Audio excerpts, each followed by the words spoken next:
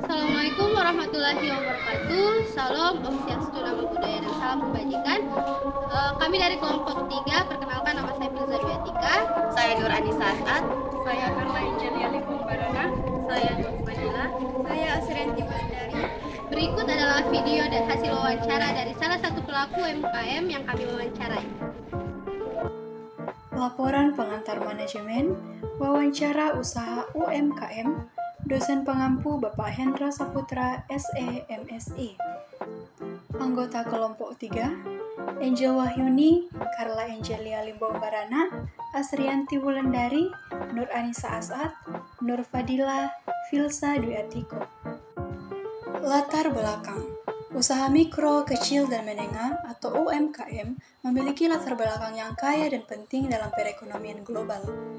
UMKM seringkali dimulai oleh individu atau kelompok dengan sumber daya terbatas, tetapi mereka memainkan peran krusial dalam menciptakan lapangan kerja, meningkatkan pertumbuhan ekonomi lokal, dan memperkaya keberagaman produk dan layanan.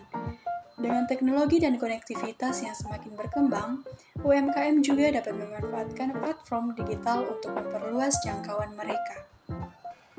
Definisi, usaha milik Kobar adalah usaha UMKM nomor 1 di Thailand yang bergerak di bidang minuman kekinian dan hits di kalangan remaja, anak-anak, maupun orang dewasa.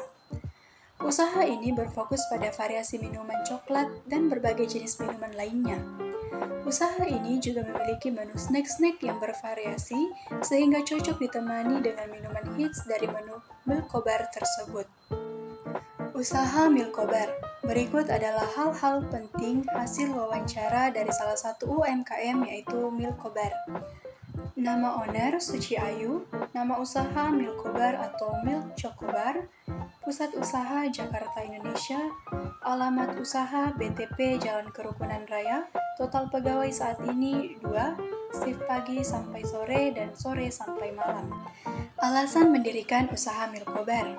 Pertama, untuk memajukan usaha UMKM sebagai saran dari pemerintah.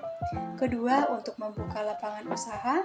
Ketiga, karena sekarang orang-orang atau anak sekolah, mahasiswa, pekerja, dan orang tua menyukai minuman manis, hits, dan tidak membosankan, sehingga Milk Kobar adalah pilihan yang pas.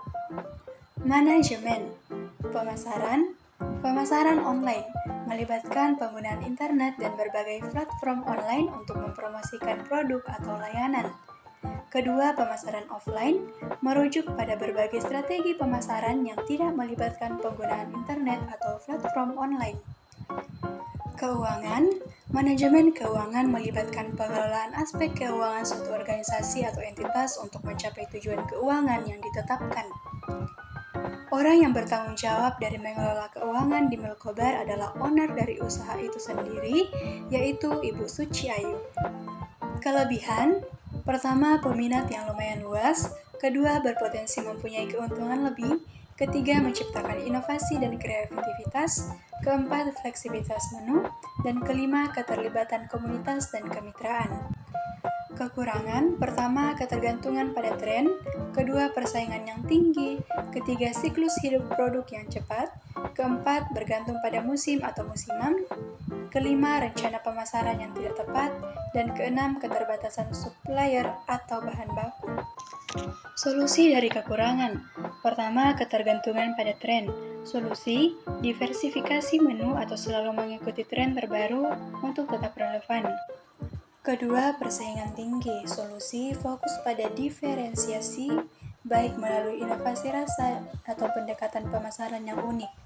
Ketiga, siklus hidup produk yang cepat. Solusi, terus mengikuti perkembangan tren dan siap untuk mengadaptasi menu dengan cepat.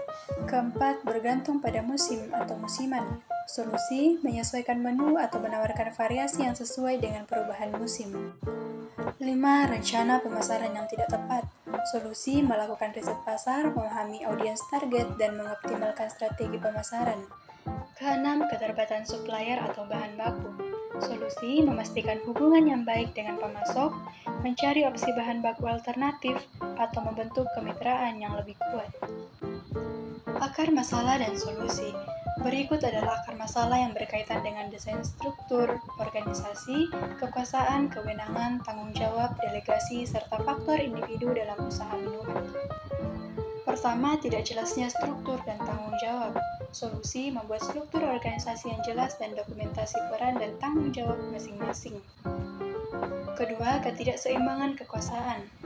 Solusi meninjau ulang penugasan kekuasaan untuk memastikan adil dan sesuai dengan peran masing-masing. Ketiga, tidak efektifnya delegasi. Solusi memberikan pelatihan kepemimpinan untuk meningkatkan keterampilan delegasi dan membangun kepercayaan.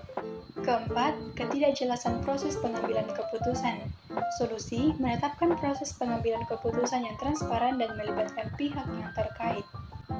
Yang kelima, tidak adanya pengembangan karyawan. Solusi menerapkan program pelatihan dan pengembangan karyawan yang dapat meningkatkan keterampilan dan kualifikasi karyawan. Keenam, ketidakmampuan mengatasi konflik individu. Solusi menerapkan sistem manajemen konflik yang efektif dan memberikan pelatihan untuk membangun keterampilan komunikasi. Ketujuh, kurangnya keterlibatan individu. Solusi membangun budaya organisasi yang mendorong partisipasi dan memberikan insentif atau pengakuan atas kontribusi karyawan. Kesimpulan, usaha UMKM di bidang minuman memiliki potensi yang besar dalam menggerakkan perekonomian lokal.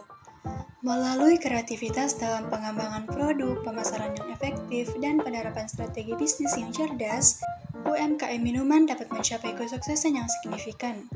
Dalam kesimpulan, perlu diperhatikan aspek kualitas produk, keberlanjutan operasional, dan adaptasi terhadap perubahan pasar untuk memastikan keberlangsungan dan pertumbuhan bisnis UMKM minuman di masa depan.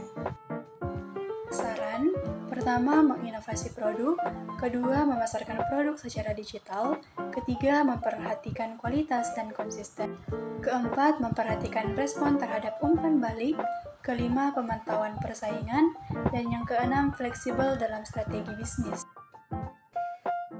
Setelah tadi video hasil wawancara dari kelompok kami, lebih dan kurangnya mohon dimaafkan. Assalamualaikum warahmatullahi wabarakatuh.